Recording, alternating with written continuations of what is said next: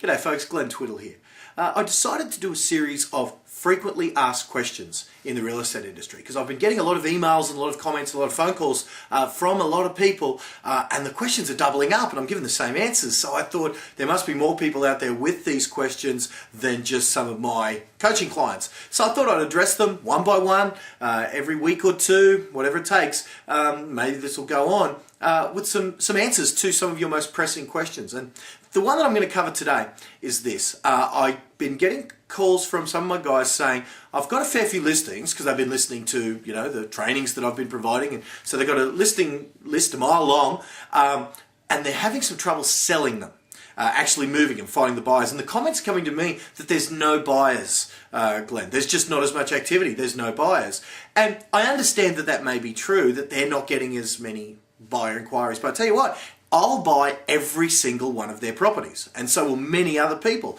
It's just a question of price. I said to one of my guys, he's got this property that's just not moving at $450,000. I said, I'll give you $350,000 for it.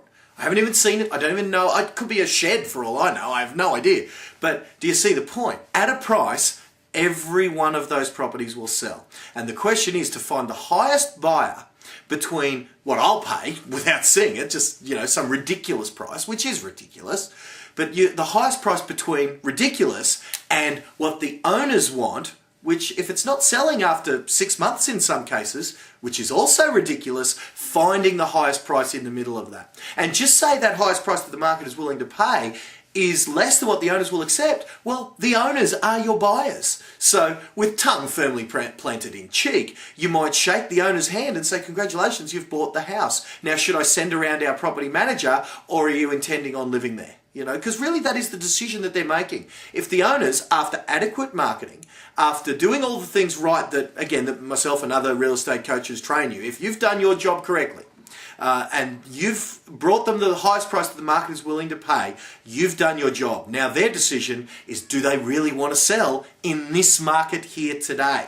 And if the answer is no, then put it in your rent roll, look after that property and that owner for the next 6 months to a year, however long it takes for that market to adjust, and then see if the sellers really do want to sell. One of the questions they really could be asking themselves is that if they're selling through you, and you got them the highest price possible, not the highest price that's impossible, but the highest price that's possible, then when they're buying, make sure that they're buying through someone less skilled than you. So say they have to give a 4% discount off list price on the property through you that they're selling. Tell them to go to the other agents without your skill set and offer 10% less on their purchase. And if they're upgrading, that's even better. That means 4% of a $400,000 property that they lose, they might, whatever 4% of that is, $15,000 or something. So they lose $15,000 here. They save $10,000 on the next property, 10%, sorry, on the next property that they're buying. So the $700,000 property that they're buying, they offer $630,000. And that other skilled agent who is even more confused saying, oh, the market is even worse than it is with even less skills than you, they're there saying to their owners, oh, the market, it's only worth $630, it's the only offer we've got. And do you see that your owner's subsequent purchase then is going to be a better deal for them? So the very fact that the market's poor means if they're buying and selling in the same market, they just sell better than they buy. And then that is that's a bonus for them. You would say, thank the Lord that the market is a bit tighter because now on your next purchase, you can grab yourself a deal. So, or something to that effect. Those are some of the strategies that might help. One of the guys came up with this story and I thought it was a good one. And now I've used it in trainings of mine. If, I've said to a group of 100 people, 200 people, I've said, anyone in here own Commonwealth Bank shares? And there's always one. And I say, how much are they worth right now? And I'll say $35 or whatever it is, $30. And I'll say, and how much were they worth about a year and a half, 2 years ago? They say $65. So, okay. So what would your stockbroker say if you went to them and said, look, with your $35 Commonwealth Bank shares, and you said, I'd like to get $58 for my shares, please, for Commonwealth Bank. What would that stockbroker say to you?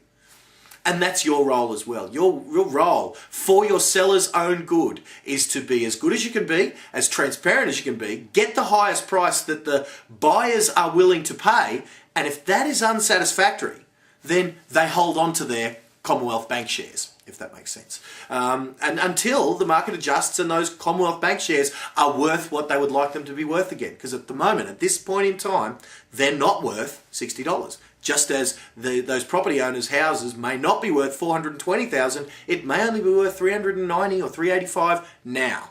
So we either accept that and buy better, or we wait. So all you can do is all you can do. Of course, you need the other strategies. This is just a very quick answer, but I hope that's addressed, giving you some food for thought and some ammunition when saying there's no buyers out there, because there's plenty of buyers out there. Call me, I'm one of them, but don't think you're going to get the highest price out of me. You're going to get a bargain hunter out of me. So you've got plenty of bargain hunters. You need to find the highest price out of those, out of that buyer pool and sell to them and see if that's worth it for the owners. For more information, guys, you know where to go, you know where to find me. I'm Glenn Twiddle. Thanks for listening. Hope it's been informative, and we'll talk again soon. Bye for now.